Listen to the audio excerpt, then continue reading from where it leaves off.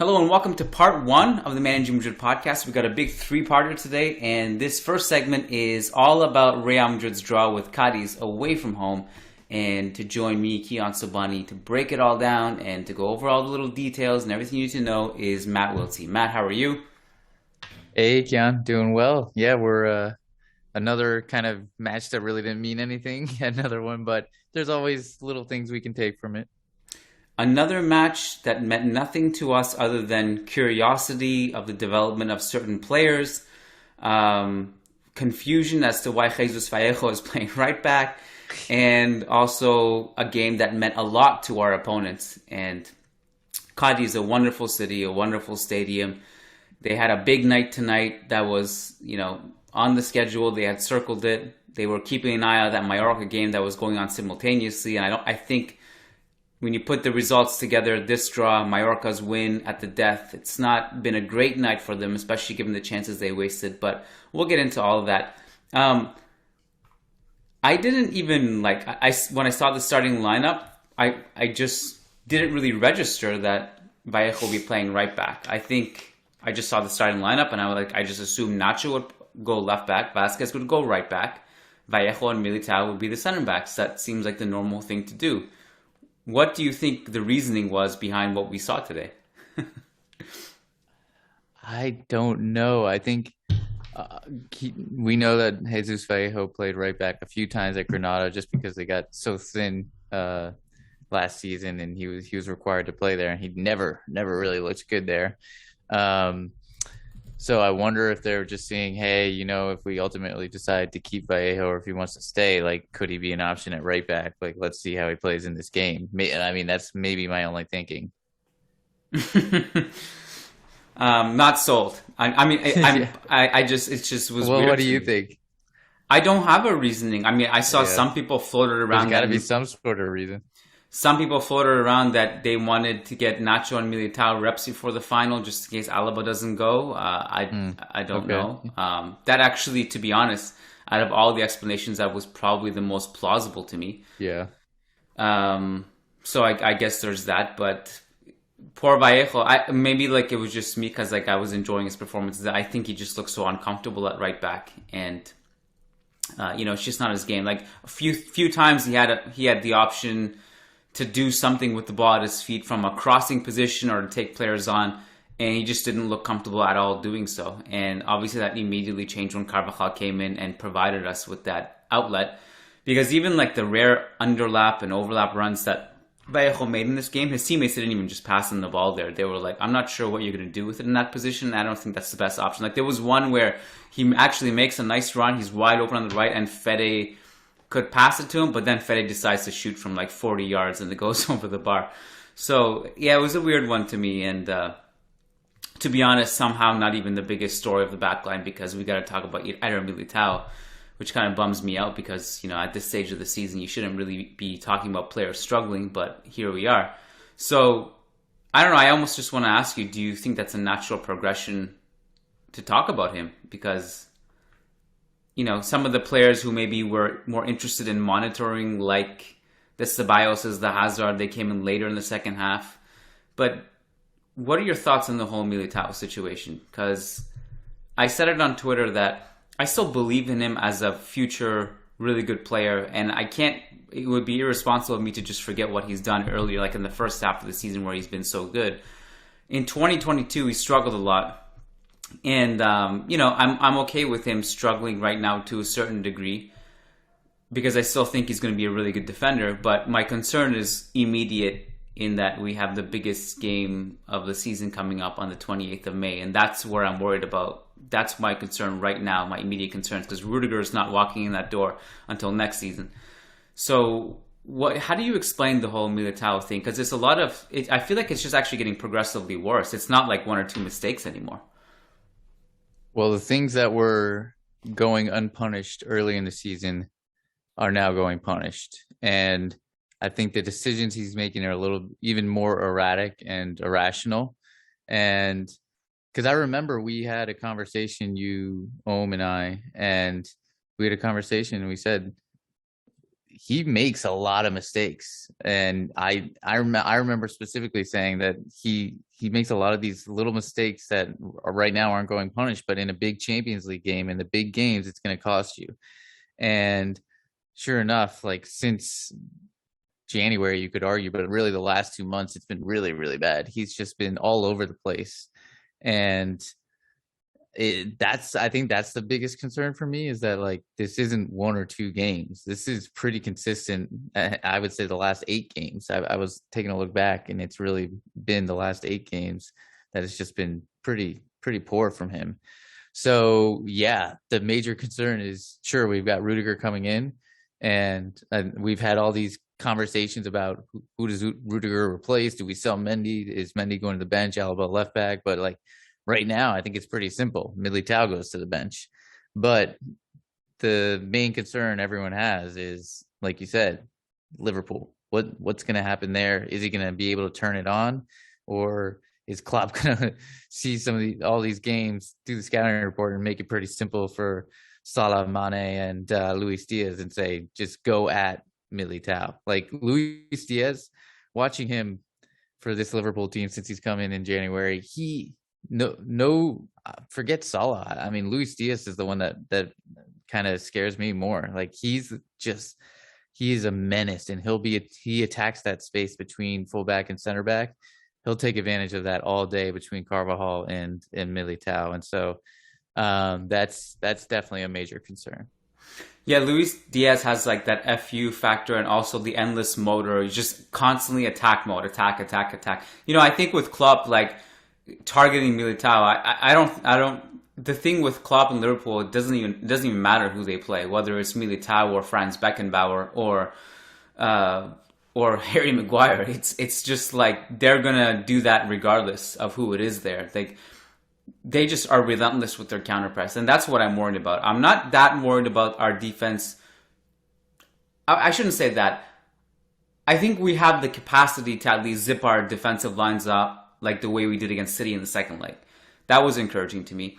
What I'm less confident about is escaping the press, and I'm worried about Militao's on-ball ability, which I think brings the discussion of like, Om and I actually talked about this on the Mumbai podcast, which is on part 3 of this episode, so listeners can also listen to it later in this episode. But we were just kind of talking, and I think someone asked like, what does the backline look like? What is the starting lineup? And I initially struggled to answer that question, because I think all of those guys are really good players, like Rudiger, Militao, Alaba. You and I were talking about it, I think last week or a few days ago, about we both think Mendy should be a starting left back, and we like Alaba as a left center back more. And as we were talking about it, it dawned on me that everyone's kind of talking about, should it be Alaba and Rudiger, because it should be Alaba or Rudiger rather, because they're both kind of left-sided center backs. But if you ignore the positional aspect of it, if you just take Militao out now and put Rudiger and Alaba, to me that's an upgrade.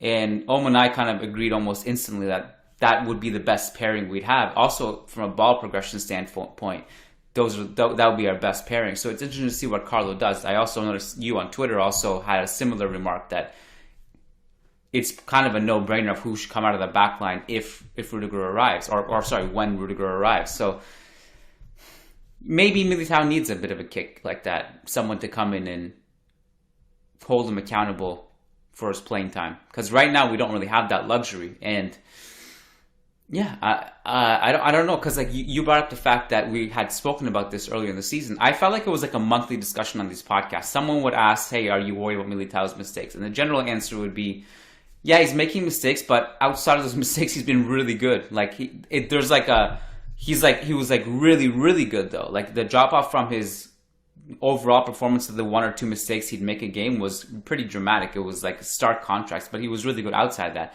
But I feel like now, outside of those mistakes, he's just kind of filling up his performance with more mistakes. And today was about the worst I've seen from him. You can talk about the penalty we conceded, the way he let it slip there behind him. And then you think about the goal we conceded it was Militao up really poor clearance, and then the ball deflected off him. I'm not going to necessarily beat him up for the deflection, but I would for the misclearance. And then he just kind of like, there was that 50-50 challenge with Negredo early in the 14th minute, and he was beat so easily from that. Negredo's a pretty strong guy, but I definitely wouldn't have expected to be that easy of a duel for him. And that was the problem also in conjunction, because Vallejo playing at right back, I felt like those two, they left space between them and behind them. And I think that was just a bad matchup overall. But I just don't know what else to say about him other than the fact that I hope that he gets it together for Militao. If he's going to make one or two mistakes, it's going to happen, but at least he needs to be good outside of those one or two mistakes if it's going to happen. Yeah, I mean, hopefully just the occasion gets him in the right mentality, kind of helps him to focus a little bit more, because that's all really, I feel like it's mental, and it's just like not making some of these decisions that he's making in game. Like, they happen in a split second, but what the decisions he's taking are just, sometimes you're just completely puzzled as to why he chose to make that decision. And so I'm hoping that, like, when the big game comes, the big opportunity, he's locked in and he just has one of those games that brings him back to his best. So on Real Madrid's first goal, because it arrives in the 5th minute, did you feel like it was going to be a Levante situation, or did you? It was kind of like it was a hot start, right? And my initial feeling was that, like, man, these poor relegation teams right now, they're going up against us after we won the league, and you think that'd be good for them, but at the same time, it almost gets canceled out with the fact that we're playing with absolutely zero pressure, and it seems like we're playing freely and out of our heads. After that, it kind of changed, obviously, but it was a great moment from Rodrigo, who continues to be unbelievable, man. It's so impressive, what he's done in the last 2 months or so. Yeah, I mean, Rodrigo would you say it's on par to Vinicius' start to the season? Like how he kind of exploded at the start of the season, or do you think that's going too far? I feel like Vinicius' start to the season was still better.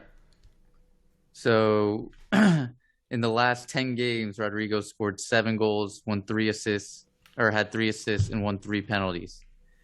I mean, that's pretty that's pretty insane. And like, this run in and itself, it reminded me of the Shakhtar goal that Vinny scored, just taking on 1, 2, 3, 4, 5 defenders, getting inside the box, getting to the byline, and then just making it an easy square pass for Mariano. It was, I mean, sensational, like, honestly. And I was thinking to myself, I wonder if he could do that on the right flank. And it's just it's more difficult, because unless he feels just as comfortable with his left foot, you need that when you're cutting in on your other foot, you can protect the ball better rather than just being limited by the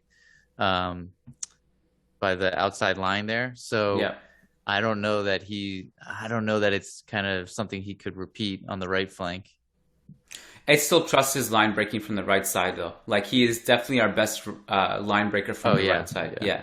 And so I don't know if he necessarily will do something like that often, but the fact that he has definitely been able to take players on with consistency on the right side is a good sign. I'm still kind of like, where do you stand on the Fede Rodrigo thing? Because I don't really want to mess with our Champions League formula right now, because even though our starts to the games have been stressful, we have this whole magic thing coming off the bench. But I really, as much as I like Fede and what his contributions have been, he's still a better central midfielder than he is a right winger. And as great of a ball carrier as he is, he doesn't take players on and go at them with the same consistency as in pure attack winger mode the way Rodrigo can. So I'm a bit conflicted on that one, but I don't really want to mess with the magic either. Yeah, I think you got to keep with Rodrigo and Camavinga as your secret weapons off the bench. Just keep that going. Not so secret anymore, but yeah, but weapons. Not so secret, but I think I don't know. Just going with the Toni Kroos, Luka Modric, Casemiro midfield always makes me a little weary, especially in these big games. Like, I'd rather have that extra set of lungs, especially Fede. He counts as like 2, and so. having him in there, and then you can move him into midfield later if you decide to take Cruz or Modric or whoever out of the game. Yeah. On that note, I actually thought Fede was our best player today. I'd have to like go back and look at. I didn't really look at any numbers yet. I'll do that maybe on the fly, but when I was watching the game, he was basically our possession funnel. He was often going more central rather than staying in that kind of right half space and helping funnel our build up. Important in our possession, and I just thought he was really good as an outlet. He was moving between the lines, receiving the ball between the lines. His touches were good. His ball carrying was good. I really liked Fede's performance in this game. Yeah, he had 4 completed dribbles, which was the highest of anyone on the team. I think he had them all by halftime too, if I'm not mistaken. Yeah, and it felt like he was just constantly getting the ball in that space, in between the lines, between the midfield and the Cadiz defensive line. And it just felt like he had plenty of room to turn and run at them. And that's where he's at his best, where he can just gobble up that ground and move us up the field pretty quickly. And so, yeah, I thought he was really good as well. And I think I wish we had more, we could see the ball carrying, like actually the meters like per game that he actually produced, because that, I'm sure that would be far and away the highest on the team. Oh, that would be interesting, because I think we have progressive carrying distance, but as ranking, and not the actual distance beside the ranking. Like, yeah, player. That would be interesting. I'd be curious to see that too. What else stood out from you from this game? I'm going, like, I think back to just quickly on Vallejo. One thing that was kind of bugging me the way he was defending at the right back position was he was giving Idrissi too much space. And so, like, yeah, he was defending, he was moving his feet well, he was defending him, but like Idrissi had enough space that he could still get the cross in, or he could still get a dribble in on him, or whatever it may have been. So this wasn't one of the, so now we have 5 games under his belt, and this one at right back wasn't, for me, it wasn't a good game. I thought he was really, really poor. And you look at the past maps and kind of the position heat maps after the game, literally Lucas Vazquez looks like a winger and Vallejo looks like a third center back. So our shape was really lopsided, and you could tell that within the match. Toni Kroos, I thought, was great. And this was kind of like a typical Kroos performance. You look at the numbers, unbelievable. I think, let me pull it up right now, but I think he had 129 touches, team high, 96% pass accuracy from 129 passes. I don't know if that's right. I got both those numbers, but 4 key passes and 17 and 7 long balls. So, I mean, he was just, that's what you expect from Toni Kroos. He even did you see when he got upset with Lunin on that one opportunity? And I think rightly so. Like, if there's one critique we can make of Lunin in this game, and maybe of his overall kind of attributes, it's he still has work to do with the ball at his feet. I think he's actually like decent, but sometimes I think he plays a little rushed, or doesn't kind of have taken the full pitch to see like what other options available. Yeah, I agree. Against Atletico, it was better than it was today. And I like against Atletico, I thought it's interesting, because I would have expected it to be different, if anything, because Atletico actually pressed us high. Cadiz did at certain points, but also when you look at their defensive shape, they were allowing us to bring the ball up the field. And I actually didn't think they defended well, to be honest. But they also, they attacked us better than they defended us. I will say, I'm really happy that Juan Cala didn't play this game. As I told you before the game, I want no business of him just breaking our legs before the Champions League final. Surprised not to see Chust? Yeah, I was. I saw, because I was looking at the lineups before the game, and it looked like he was starting, and then I must have looked at it too early before Cadiz lineup came out. And so when the game started, I was like, oh, where's Chust? And he wasn't out there, so I was a little disappointed. Clearly none of these coaches are giving a shit about our loan track, or starving for content. Give us some content, man. Okay, so on the Lunin point, we can talk about his performance overall. Impressive penalty save. And also, I also was impressed that he also got to the rebound really quickly as well, to push that out of the way. And then moments later, he also had a point-blank save on a header. So, any thoughts on Lunen's performance? Well, I didn't even think it was a penalty in the first place. Did you? I think the replays made it look worse than it was, but in live time, like I didn't think it was a penalty. I thought you could call it, to be honest, but I could see it being harsh. I mean, it did look like he was going down or like almost looking for the contact, but at the same time, the contact was made. So I've seen it given, Yeah, I've seen it not given. I was more mad at Militao than the referee in that moment, to be yeah, honest. yeah, So yeah. No, I thought Lunin was obviously aside from that one blip, I thought he was great. He had 6 saves total. 5 of them were from inside the box. Penalty save. I mean, I thought this was, and actually Thibaut Courtois tweeted after the game, like just saying what a great game from Andre Lunin, which was nice to see. And yeah, I mean, he's this is kind of I from the limited appearances I saw from him on loan, like, and from what we've seen from prior goalkeeper coaches like at Leganes and what they commented about him, this is kind of what I expected. Like, I think Lunin is a really solid keeper. I think he's young and's probably got like erratic mistakes in him here and there, and maybe will make rash decisions. But for the most part, he's a really solid keeper. And I don't know. I'm interested to see what he wants to do with his future, what he's thinking, and what ideally is best for his future. Because I don't know that continuing to be Real Madrid's backup is the best thing for such a young goalkeeper.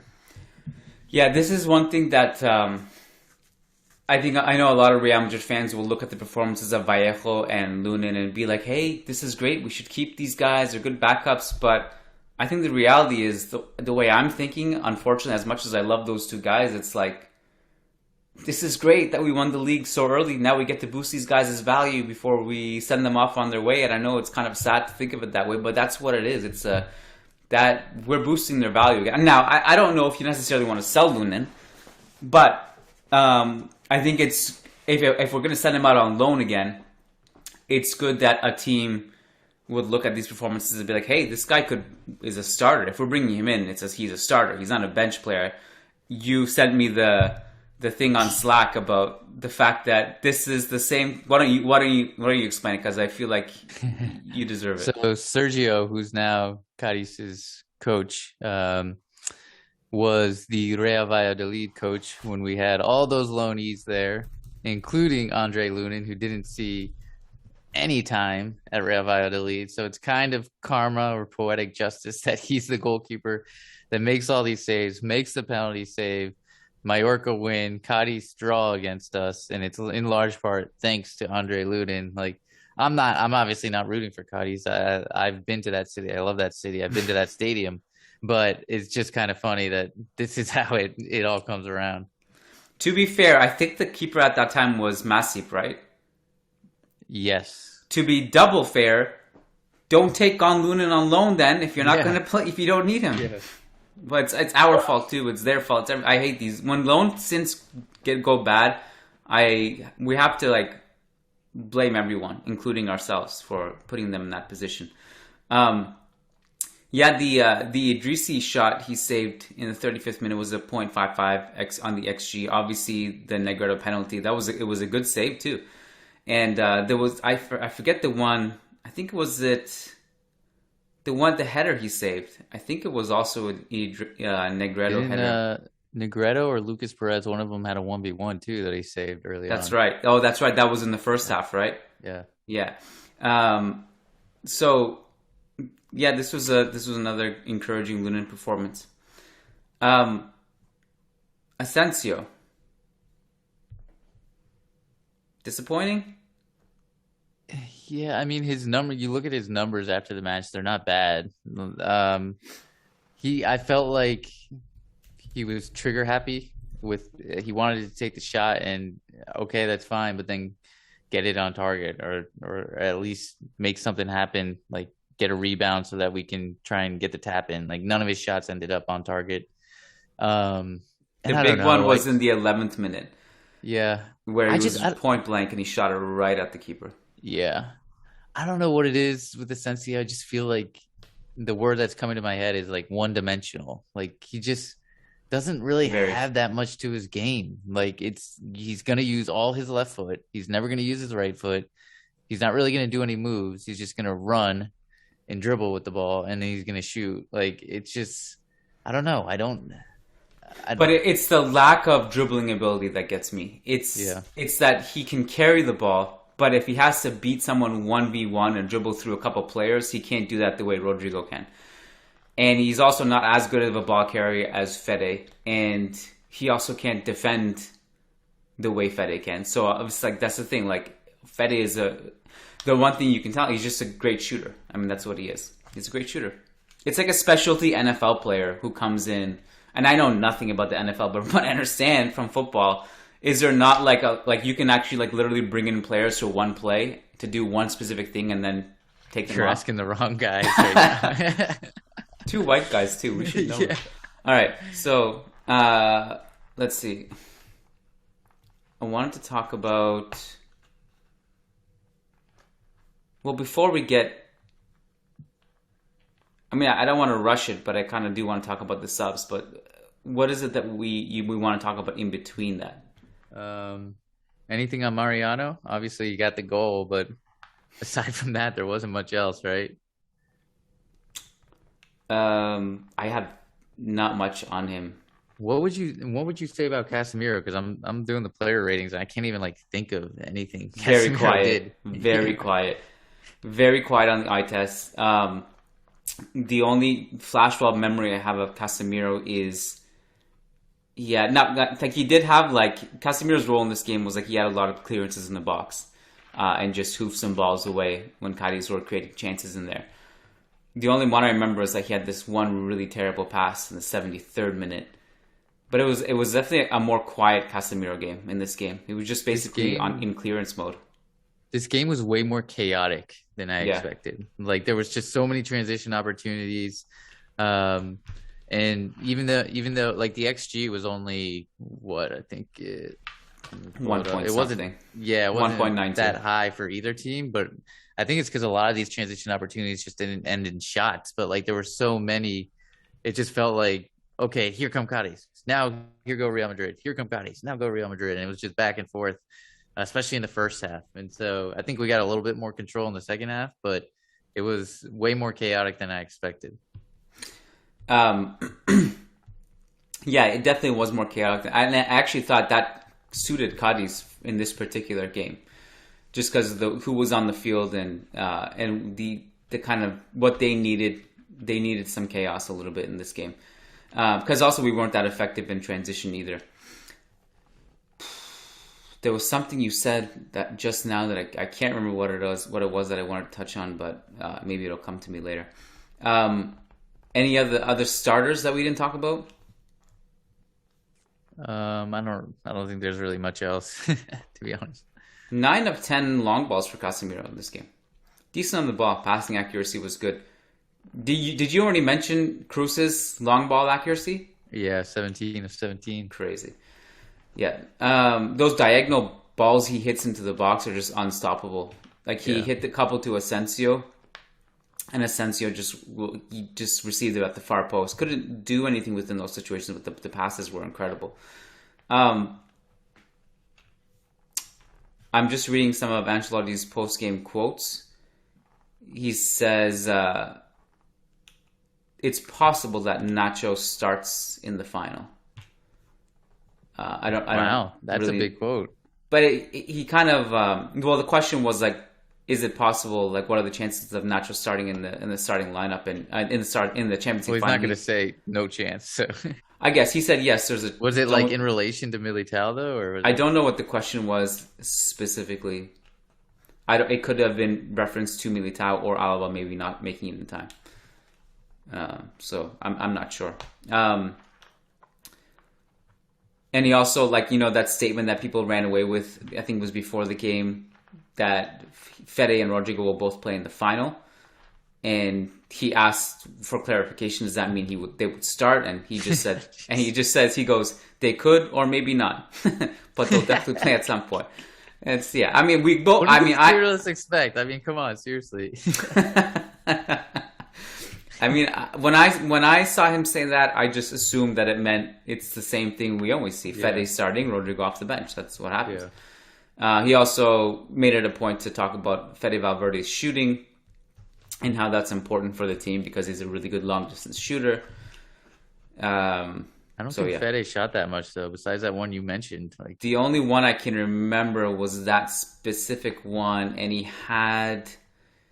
Let me see. That was his only shot of the game. That was it. Yeah, and that particular one wasn't that good. He didn't hit it as cleanly. He didn't really hit it with his laces and let it dip. Yeah. Yeah. So, what else did you want to talk about? Should we talk about the subs? Hazard, I'm sure people are going to want to hear about that. This is what everyone's tuning in for, is our thoughts on Hazard. So why don't you tell us? All right. So here's my take, and here's kind of where I sit. I think he played well. I think he played really well when he came in. 25 minutes, he completed 3 dribbles. He had that one sequence where he cut in and actually he looked really quick and agile. But for me, I'm still I need to see that explosiveness come back before I'm on the Hazard train. And I don't think it's going to come back because of the injuries and because of his age and because of where he's at in his career. And I think we kind of collectively have decided that. I hope I'm wrong. I hope I'm very wrong. But it's going to take a lot to convince me on Hazard again, because we've just seen this movie over and over and over again. And so we're 3 years? Has it already been 3 years with Hazard? This is, I don't know. I feel like it's a little too late. And even so, it's as good as he was. Did he have a single shot? Did he create a major opportunity? He didn't turn the game around single-handedly or anything like that. And I think you should expect that from Eden Hazard, the Eden Hazard that everyone used to know and love. Well, the argument now that I've seen is that, he doesn't have the plate in his ankle anymore. That was never the case before. So who knows? I mean, I don't trust it, but it looks like he's staying. So we have to hope that he can give us some production. And would you? How many left wingers do we have next season? Here's the question for you: does he play in the Champions League final? No, not a chance. Even if Real Madrid are losing? Even more, not a chance. Yeah, I don't think. If Real Madrid, we already have our bench spot. One, I don't think he plays, and two, nor do I think he should play at all. No matter what. I wouldn't even be surprised if he doesn't make the squad. Yeah, it's just you can't. I don't think it's right to upset the balance of the team at this stage of the season. No. I doubt, and it's not going to happen. No, Ancelotti has not. Yeah, he won't do that. Yeah, he has never at all this season. Watch him. I'll pull up this clip days after Eden Hazard scores the game-winning goal in the Champions League. Well, you wait. If he does something versus Betis, it's going to be intolerable. Yeah, the Hazard season Twitter handle. I've already seen a comp of his 25 minutes put on Twitter from this game. Yeah, I'm not kidding. I've seen it. How short is it? 9 seconds? No, it's multiple minutes. Does it include his drive to the stadium? Him walking off the bus.